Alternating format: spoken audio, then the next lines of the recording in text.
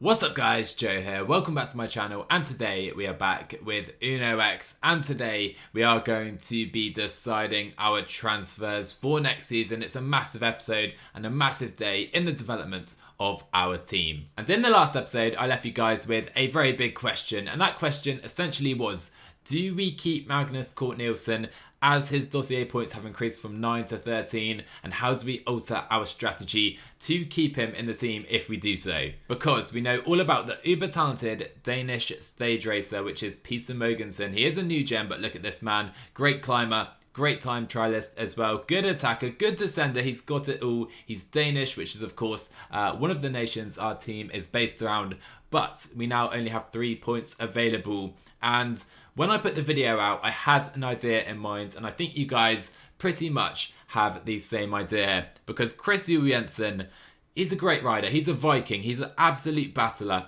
but at this point in his career, and probably throughout his entire career, he is a domestique. He is just a domestique, and I thought in the future this man could be a brilliant domestique for us in Grand Tours, but we're probably not even going to be a World Tour team next year. So for now, at this stage in our team's development, at this stage in Jensen's career, it's best if we close this dossier with Chris Jensen, and that does open up 8 points. And so of course Peter Mogensen is going to be opened. That means 5 points have now gone to him, but he is now in our open dossiers, and that means we have 3 points left. And there is a rider I definitely want to keep next year, and that is Morten Houlegaard, 22 years old, great time trialist, really good flat rider as well, just a really talented rider in general. 2 points, we're going to open that dossier, and we have 1 single dossier left. And looking at the dossiers, the only riders worth 1 point are these 3 riders on our team currently. Literally everyone else is worth at least 2 points, so we have to add one of these 3. And looking at them, Rodenberg, he's a decent sprinter, but nowhere near the level I'm looking for really. Wester is a good barrier, but we have plenty of those already as well. And Ivas Garza is the brother of our current road captain, Anders. So I think just for kind of team chemistry reasons, if nothing else, let's add him to our dossiers. And so that concludes it. We are ready to go into battle and try and sign all of these riders if we can when August comes around. I have also gone through the rest of the season, added objectives to all of our riders for our remaining races, and you will notice we do have some European Championship and some World Championship objectives here. So I am looking to maybe get our hands on the Rainbow or the Euro jersey. Would be absolutely unreal. But today we do start with the Volta Lemberg, and then we will be getting into those transfers and trying to sign the riders we've added to the dossiers. Then we have the biggest race of our season, the Arctic Race of Norway. Can't wait for that one. The Volta Lemberg is first though. We have a very good start list because Jasper Philipsen and Eva Lampert are here. Looking at our squad, it's probably Marcus Houlegaard who will lead us, but we do get our first look at Rasmus Tiller's Norwegian Champions jersey. Here it is then guys, Rasmus Tiller in the Norwegian jersey, looking absolutely splendid, I must say. Let's try and get him to the front actually. There you go, we get a good look at it right now. -5 day by the way for Rasmus Tiller, not quite what I expected, but we'll probably just keep him in the pack. He doesn't have to do anything today, just enjoy wearing that jersey for the first time. Okay, so we are coming to the pointy end of proceedings. The final little hills are coming up. It's time for us to try and put the hammer down, maybe try and drop some riders here. Okay, we are continuing to press on. 38k to go. We are finally starting to see a few small splits take place in this group, but I think it's going to be difficult to avoid a mass sprint today. So we have 17k to go. We are starting to see a couple of attacks. Numbers in the group has gone down steadily, to be fair, as the race has progressed, but Houlegaard, Johansson and Houlegaard are here for us. I'm not quite sure what the best tactic is because we have a decent sprinter, but not a great one. We're not going to win this race if it's a mass sprint. So you know what? I've attached Marcus Houlegaard to Mike Tunisson's wheel. We have a decent train here for Jumbo Visma. Up front, we can maybe try and make some moves with Houlegaard and Johansson. Okay, so Quinten Herman's looking pretty rowdy towards the front, just following some wheels again. Marcus Houlegaard is still here, 7k to go, trying to keep that wheel of Mike Tunisson. Johansson to the front here, trying to follow Quinten Herman's, but looking like it's going to be quite difficult to make a real difference here. Maybe we can try and launch something over this climb with Jimmy Johansson. I know, of course, it's not his real name, but we're going to try and launch something. Doesn't seem like it's going to happen, so let's focus on Marcus Houlegaard right here. We can maybe relay on the front, but Houlegaard right to the front. We have Ballerini on the right as well. Stay on Tunisson's wheel. We have Philipsen here as well. Only 2k to go. Dupont is here as well into the final 2k. Oh, we're getting held up a little bit. It's not going to be a good finish for us today. I am afraid to say instead it is going to be Jasper Philipsen winning the Volta Limburg. We're maybe going to be in 6th place, so it's not too bad. Hope for a little more though. And by the way, the winner of the Tour de France is now official, and it is Primoz Roglic who beats Tadej Pogačar in our playthrough. Surprising result, if you ask me. Tadej not able to get the best of his Slovenian partner in this one. Vingegaard was 3rd as well for Jumbo-Visma. What a tour for them. Okay, so looking at this, we have the chance to sign with a new sponsor. And you know what, guys? I've had a change of heart. I think we're going to go for Manzana right here. So let's sign... Nah, of course, we're going to stay with UnoX. We're going to stay with UnoX and try and make this team the biggest team in Norway, Denmark and the world. And here we are, 1st of August is upon us. And by the way, I didn't really notice, but I think our budget really did increase quite substantially for next season. So definitely, guys, the plan is stay as a pro team heading into 2022 with our signings we're about to make. And then for 2023, we are aiming to be a World Tour team. And looking at the kind of team index, I think that kind of lines up with what I've just said, because we're 24th currently. We'll see where we are after we make our transfers. And so, where do we begin? I think we have to start with the main man, Marcus Houlegaard. Let's try and re-sign our current riders, perhaps before going for Magnus Cort and our other new riders. So we know Houlegaard, really class rider, our best rider currently in our team, and he will probably be one of the best ones next season as well. So I think I'm happy to give him absolute leader. 3 years, we'll start at 15.5, which I think is just less than what he is currently on. You can see our current kind of money and the commercial side of things on the right. We have 133,000 per month to spend, and 15k on Houlegaard is probably fair. And there we go, perfect. He's very happy. We even cut his cost a little bit, so very happy with that move, taking us to 22nd. I won't point this out on every transfer, but you can see just how each transfer affects our team on the right hand side right here, with our remaining budget now 118k to spend this transfer window. Now, Jonas Widerberg is a really nice rider, 22 years old. Of course, he was in the first episode of this series. We definitely want to keep this man, and a really high potential as well, according to our scouts. So I think I'll give him the leader role. 3 years, 3k. It's not a lot of money at all. Let's see how he takes this. There we go. Absolutely perfect. Now, Soren Werenskjold is, for me, one of the most talented riders in our team. His potential, not great potentially by our scout report. It could be 6, which is obviously awesome. But yeah, really good sprinter, really good time trialist. We want to keep this man. So I'll give him the leader role. 3 years, 4k. Let's see what he says. He's not happy with that salary. So I will go to maybe 5k. That should be enough, I believe. There we go. We know all about Captain Price, the best time trialist in our team, 197 centimeters tall as well. Let's go for it. It's going to take 5k as well for Captain Price, but I'm more than happy to pay him that. We still have plenty of money remaining. Next up, Nicholas Larson. Again, one of our most well-rounded riders. He can sprint, climb, time trial, and he's only 24 years old. And there we go, 4.5k is enough. I have confirmed the other signings, so you will see now updated on the right. We have 100k still remaining. Julius Johansson, only 21 years old, but we definitely want to keep this man in the team. And on a minimum contract, I'm more than happy with that. So I think we'll try and do the same with Morten Houlegaard, 22 years old. We've only just added him to the dossiers, but let's re-sign him. Again, minimum contracts, cannot complain one bit. Next up, Edar Anderson, really talented rider. He's a good climber, and we've seen a lot from him so far this season. If we take a look here, he was the best climber at 2 races, also won, I think, that race in Switzerland. So this is a really talented man. So I think we'll have to give him the leader role right here, but he should accept this contract. Okay, he doesn't. 3k. Oh, this is actually becoming a little dodgy. I think I double clicked right there. Let's just check that he has indeed re-signed. Yes, he has. So looking at our squad for next season, I think that is 21 riders re-signed. It's now time to go after some new riders. And where else can we start, guys? Magnus Cort Nielsen. By the way, I think we still have 31 dossier points available. I'm happy to spend almost half of those on this rider. Look at his attributes. I don't need to say anymore. He is hopefully going to take our team to a whole new level. Okay, so he's spotlighted the financial aspects. So what I am going to do is perhaps put this up to 20,000. We have enough money to probably go a lot higher. I'll start with this. 3 years. Happy to give him absolute leader, of course. Let's see. Okay, we have to be careful right now. Let's maybe go up to 25.5. We have plenty of money. Our team index as well rising to 19 potentially with this signing. So 25.5k.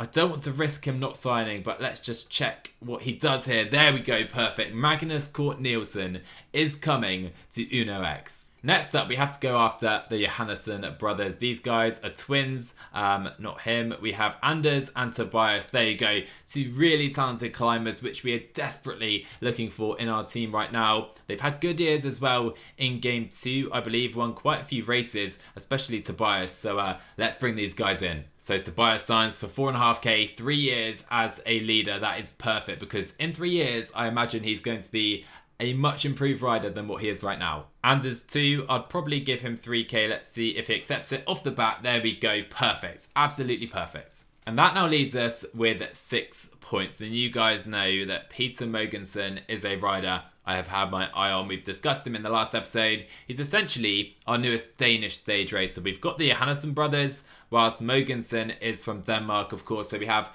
really talented youngsters in the stage race region from both countries. So let's go after Peter Mogensen. So I think if we give him leader, 2.5k per month, there we go. 3 years on a minimum contract for this man. I cannot wait to bring him in. And we still, by the way, have 57,000 euros per month available. It's just the dossier points which have held us back in spending that money this season. Okay. We have 24 riders currently signed for the 2022 season. This is our squad on the left. It looks absolutely splendid, if you ask me. Magnus Cort Nielsen is here. We have the Johannessons finally in. And Peter Mogensen as well, wherever he is. I've missed him for now. In fact, I haven't confirmed him. There we go. Let's confirm him right now on camera. And that makes 25 with Mogensen added to the mix. I cannot wait for next season right now. We have plenty more climbing talent, which is exactly what we needed. However, there is one more rider I definitely want to bring in ahead of next season, and that is Anton Sharma, the 23-year-old. We saw this guy in real life, I think at the Tour of Turkey, and for some reason, we don't have to pay any dossier points. I don't understand why, because we've had to pay dossier points for much worse riders anyhow. We definitely are going to bring this man in. 5 to 8 potential too. Let's open talks. Well, there we go. We have completed our signings. 26 riders, one more rider this year. It still looks like we're going to be a Quantity Pro team, even without the World Tour teams making any signings just yet. But you can see by this graph, we have improved pretty much in every single area, particularly the time trial and GC racing areas. That is just what I wanted to do. And in terms of the team index, we have now risen actually to 19th place. So we are just outside those World Tour positions seemingly. And I think we'll drop down to the low 20s again ahead of next year. And would I have liked to sign Alex Kristoff? Of course. However, looking at Magnus Cort, he has plenty more years left at the top left.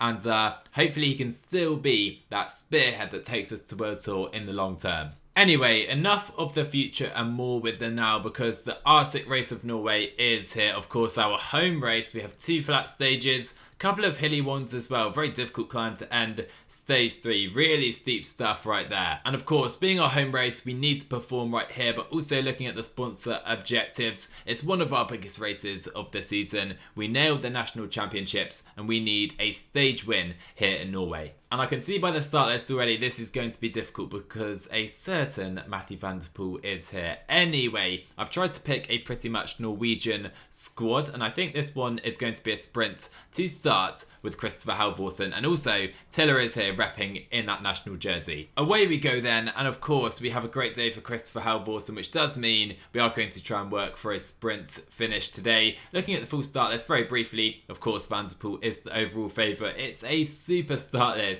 for this race, for the Arctic Race of Norway. I mean, Covey is here, Chacone Turgi, Danny Martinez, Mike Woods. Boy, oh boy. 17k to go. I have decided to try and take control quite early on here. Halvorsen is set to try and sprint for this. That +3 day is going to be absolutely crucial, I hope at least. So we have a few attacks over the final climb. Mike Woods getting involved, as you would expect. Van der Poel not too active so far today. We still have 9k to go, so we do need to be just quite patient. Long run into the line. I'm sure we can catch these guys. Oh, I really hope so at least. So Skarset is now done for the day. Only 5k to go. Videberg needs to come to the front. Still, we have Janssen, who is pulling for Michael Matthews and Mike Woods at the front of the race. He is giving them a real shot, but hopefully Videberg can do a huge turn here. And he does. That is just wonderful stuff by the big Norwegian. Tiller in the Norwegian champions jersey is ready to lead out with 2k to go, maybe 1.7. There we go. There goes Rasmus Tiller. Halvorsen on the wheel of his champion teammate. He's blocked. Halvorsen gets blocked. I don't believe it. Is it going to matter in the end? I really hope not. Rasmus Tiller wins stage 1 of the Arctic Race of Norway in the Norwegian champions jersey. There's no better way to do it, but Halvorsen, he was massively impeded right there. Man, I was going to be raging if we lost because of that block. But anyway, Halvorsen has to settle for third. We get our objective on the first stage. And also worth noting that half the field have been dropped by 90 seconds. None of these guys can really win the race. Anthony Turgi, he may have had a chance, who knows? But yeah, not anymore. Chance for revenge right here though. Another flat stage, and Halvorsen is definitely going to be trying to win it. Oh no, we've had a crash, and it's Torsten Train who goes down. Probably our GC leader here at the Arctic Race of Norway. Covey goes down as well. So 2 very good riders who potentially could have won this race have gone down, but that probably puts pay to our GC chances because we don't have a climber like him at the race. And so as Rasmus Tiller is on a pause, I've tried to follow John Degenkolb in that German champions jersey for Lotto Sudal. Hopefully he'll put him in a decent position. Otherwise, Halvorsen is our clear leader and he has the full lead out Train. And no chance Train makes it back in right now, neither for Alessandro Covey. The pace was just too high when they fell. We only have 4.5k to go and we need to really accelerate right here. Anders Skarset coming up to, or maybe 90, because these hills are going to put pay to Halvorsen's chances. Perhaps now let's maybe go up to 99 with Skarset. We still have Houdegaard here into the final, maybe 1.8 kilometers. He can go 99 right now. Where is Tiller? He's much further back. Let's go for the win here with Chris Halvorsen. He goes for the line. So does Degenkolb. Where is Halvorsen? He is taking the win. It's going to be a 1-2. It's a beautiful win. We are dominating the Arctic Race of Norway. We targeted the race and we are delivering. So Train has lost the race, losing 4 minutes here today, but we do not care at all. It's a double stage victory for Uno X. And this one is where the race could be won or lost because the Storhia Summit, I'm going to go with, not said it correctly. Anyway, it doesn't matter because Mike Woods is here. Vanderpool, Ciccone, we cannot live with these guys. And I have tried it. I have tried to put Rasmus Tiller in the breakaway. He is on a +4 today. It seems that that is not quite going to be allowed by the other teams. And so I have managed to place 2 riders in today's breakaway without a real climber, a lead climber in our team, and Jonas Videberg on a good day. But we do have 15 riders in this group. Eric Vetter is here, a fairly good puncher for sure. So we do have some good riders up the road. Only 1.5 minutes right now. But looking at Rasmus Tiller, he does have 72 mountain, 77 hill on the day. Could we hold on and maybe challenge for this race with Rasmus Tiller? This man cannot buy some luck. Torsten Train falls again, and look who he falls alongside. Matthew van der Poel. Wow. I did not expect to see that. Vanderpool has fallen, Matthews has fallen, Turgi has fallen as well. And we have plenty of riders caught behind as now Albson Phoenix dropped back to help out Matthew Vanderpool, and I expect that the pace in the peloton is going to be huge because of that. And sadly, this has just completely neutralised the race because still these guys are chasing on. The breakaway have been caught. It's just a mission to hold on to Israel and Ineos's pace at the front right now. And so 10k to go. We enter the final 10k without any breakaway. I cannot get over how steep this climb is. This is going to be so punishing for every rider in the race. And so Rasmus Tiller comes to the front at pretty much the perfect moment if you ask me, because 4k to go. We are right here. Torsten Train is going to be looking after us as he has fallen. He's out the GC. Let's set our rhythm at 85. Hopefully Marcus Houdegaard can hang on as well. We are right at the front entering these final 3k. No early attacks. Ryan Gibbons though looking to really increase the rhythm for his team. Look at the percentages. We are dealing with 17.5% and Mike Woods is cruising, but still it's very, very close, and Tiller is right to the front of the race, but there we go. Woods still not deciding to attack. So train is now done. Tiller continues on. Maybe if Hulagar can set a rhythm at 90, Tiller could get in his wheel just for a little bit. Let's see, 1.5k to go. Let's try that. Hulagar up to 92. There goes the attack of Mike Woods. It is so steep all the way to the line. Absolutely punishing stage we have here today. But you know what? Rasmus Tiller, he is going to be right here. He is going to be right here in this Arctic Race of Norway. What a ride by Rasmus Tiller here today. Mike Woods, he wins the stage, but Chikone is second, and Rasmus Tiller with a fine performance to finish third on the stage. Hulagar, he fights for fourth place. I think he's going to just miss out to Alexei Vilamos. But that was a fine stage by the team. Look at some of the riders we have beaten today. Van der Poel, he was nowhere. And even better, it's a same time finish for pretty much every rider. Not quite sure how that has happened, but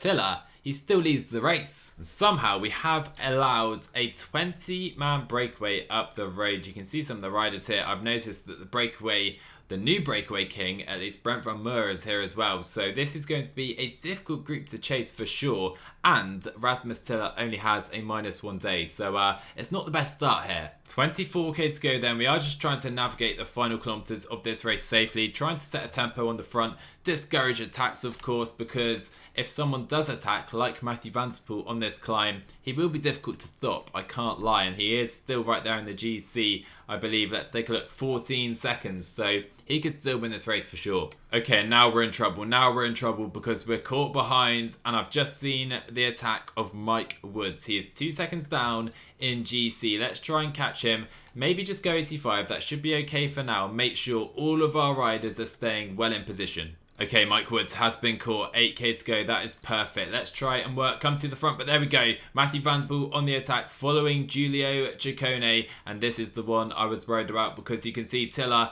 on this -1 day is struggling massively. These guys 14 and 8 seconds down in GC respectively. There goes Van der Poel again as soon as we catch them. Vidderberg up to 99. Let's try and do the same with Marcus Hulagar right now. Halvorsen just dropping off the wheel a little bit. He can maybe follow Ethan Hayter. That should be okay, but 5k to go, and Van der Poel is gone. We know how good a bike handler he is as well. I'm doing my absolute best. We have 3k to go, but Van der Poel is still clear, and uphill is arriving before we reach the finish line. Halvorsen a bit out of position to compete. That's not the issue right now. We are trying to defend from Matthew Van der Poel. Let's just try a huge attack with all of our riders. Huge attack. Tiller, go for the line. 1.5k to go. And by the way, Hulagar has caught and passed Van der Poel. What on earth? And can Hulagar take the stage here? He's gonna try, but Matthew Van der Poel just takes the win. Luckily though, I think Hulagar is defending the GC if a time gap is given, but I think that Rasmus Tiller has won this race. No. Oh my god. Oh, I cannot quite believe it. I cannot quite believe it at all. Mike Woods picked up the bonus seconds at the intermediate sprint. 3 bonus seconds to take the win away by 1 second to 2 of our riders. We've lost the race by 1 second with 2 riders. I am speechless. Oh my word. Anyway, Mike Woods steals the Arctic Race of Norway from Uno X. It's a bit of a gutting end to an otherwise absolutely phenomenal race, which we've done so well in. 2 stages, sponsor objective, but to lose the race by a second, I am absolutely gutted. Anyway, as we're hearing news of Giacomo Nizzolo signing for UAE Team Emirates next season, that is where we will wrap up today's episode. Looking at the calendar, plenty more fun races to come this season. I think maybe 3 more episodes this year. We'll cover the Denmark Tour in the next one and the Deutschland Tour. Then we have the Euros and of course the World Championships, which I cannot wait for as well. Anyway guys, let me know what you thought of our transfers in the comments below. What do you make of that finish to that race as well? My mistake probably for not noticing the bonus seconds and not capitalizing on them myself as well. But anyway, we move on with the 2-stage victories. I'll see you guys in the next one.